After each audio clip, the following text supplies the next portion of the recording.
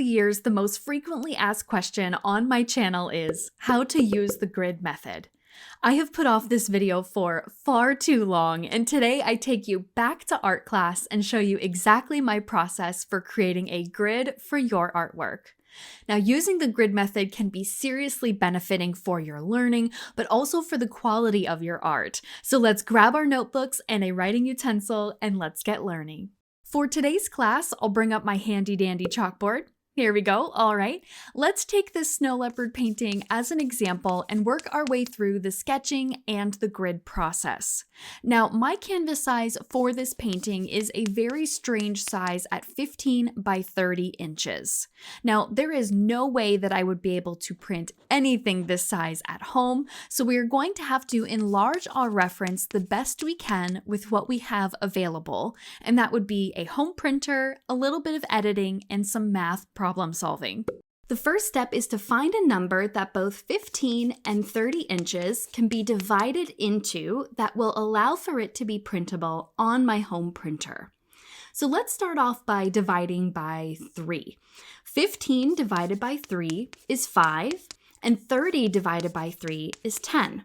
Both of those values, 5 inches and 10 inches, will fit on my home printer, as the maximum size I can print here is letter size, or 8.5 by 11.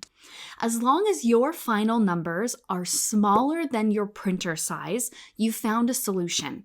I know that at 5 by 10 inches, my new reference photograph size is going to be 3 times smaller than what it will be on my final canvas. I have included a list of common canvas sizes and their printable dimensions for you to reference in your own time as you progress through your own grid method. I know that this stage in the process can be a little confusing, especially for someone like me who math is not my strong suit. It took me years before I was able to do this process without referencing a video or referencing a blog post, so you are not alone. Essentially, for this step, as long as you remember this, you are going to keep dividing your canvas size by different numbers. It could be 2, 3, 4, 5, depending on how large your canvas size is. You're going to keep dividing that size by different numbers until you reach a dimension that is printable on your home printer. Now for step 2 in our process, what I need to do now is I need to resize my original reference photograph to our size of 5 by 10 inches. Now I use Clip Studio to prepare all of my references, but you can use any editing program you like that will allow you to change your image size to the correct value. Let's open up Clip Studio for a moment and I will walk you through my process and exactly what I'm talking about. So the first thing I'm going to do is I'm going to drag and drop my reference from my file folder into Clip Studio.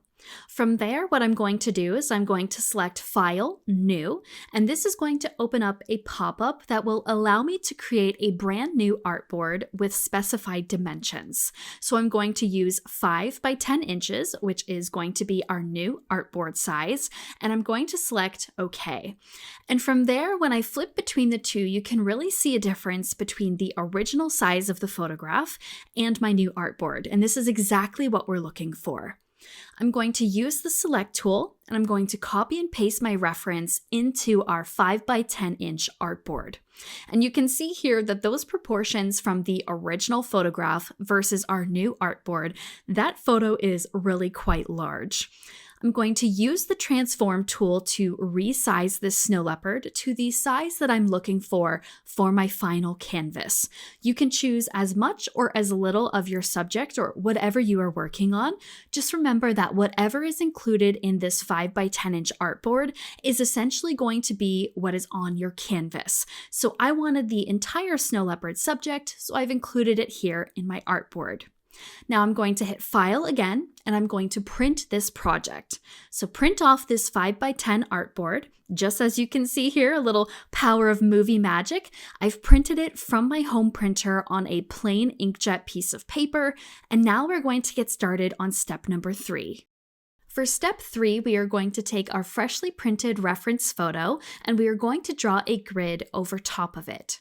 Now I am going to draw 1-inch markings with my ruler all along the width and the height of this photograph. So for this snow leopard reference, as an example, the width of this picture is going to have 10 1-inch markings, and the height of the photo is going to have 5 1-inch markings. This is going to create our dimensions that we calculated of 5 by 10 inches. So it's all coming together and it's all starting to match. Once I have all of these markings placed, I'm going to begin to draw my lines following these markings. You'll see that as we complete each line, they eventually intersect one another, creating a grid-like pattern over top of our photo. Typically, once I am done with the grid and I'm satisfied with how it looks, I like to gray out the area of the reference photo that I am not using, usually along the edges. That's just spare extra paper. So it gives me a better idea of where the grid actually starts and stops and just makes it much more clear.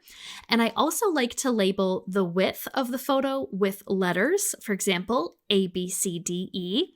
And I like to label the height of the photo with numbers, 1, 2, 3, 4, 5, to create a map, so to speak, on our paper, or coordinates that I can find much easier. For example, if one of my subject's eyes are located in C2, or maybe the nose is in D6, I can go ahead and sort of reference those squares or that area much easier using those labels rather than just trying to sort of count with my finger to try to find them. Putting that reference photo aside, what we are going to do now is we are going to create the exact same grid on our canvas, but instead of using 1-inch markings, we are going to use 3-inch markings. Now, why the change? Where did that increase come from? If you remember from earlier in this video, I mentioned that our reference photograph is 3 times smaller than our canvas. In order to keep the proportions the same from our tiny photograph to our large canvas, we need to increase the size by 3. Each marking on our large canvas will now be 3 inches apart and will create 3-inch squares at the end of our grid process instead of 1. You will notice that at the end of this grid drawing process, both your tiny grid on your reference and your large grid on your canvas will now match. You should have the same amount of squares in both your width and your height. So for example, on this snow leopard, I have 5 and 10 squares in both the small and large variations of my grid. If you have a different number somewhere along the way, there may have been a little mishap, and you'll want to double check your math or that your line drawings are correct. And trust me, this happens even to me all these years later. Math sucks, y'all. I'm sorry, but if that does happen, just backtrack a little bit and just make sure that everything is correct. Once you have your grid complete and it matches your reference photo with the same amount of squares, now begins the fun part of drawing in your subject matter on your canvas. I personally like to begin with the head of my subject and work my way around using the coordinates to locate important areas. For example, I will find the square that has the eyes, the nose in it, the ears, the tail, whatever aspects of the painting I think are most important. I usually will find those squares first and draw them in. Some artists prefer to draw the entire outline and then fill in the details, and others may go square by square, filling in what they see. This part is entirely up to you and really boils down to your artistic choice and what works best for your style. All right, we made it. There is our snow leopard sketch and our grid method in all its glory. Now, I know today was a very information-heavy day. We covered a lot. So if you have any questions, please feel free to write them in the comments below. Don't be shy. I guarantee you there is someone else out there who is wondering the exact same thing. So I'd love to hear from you. If you found this video helpful, don't forget to leave a like and a comment letting me know what you'd like to see next. And don't forget to hit the subscribe button and the little bell to join our YouTube family and be notified when I upload next.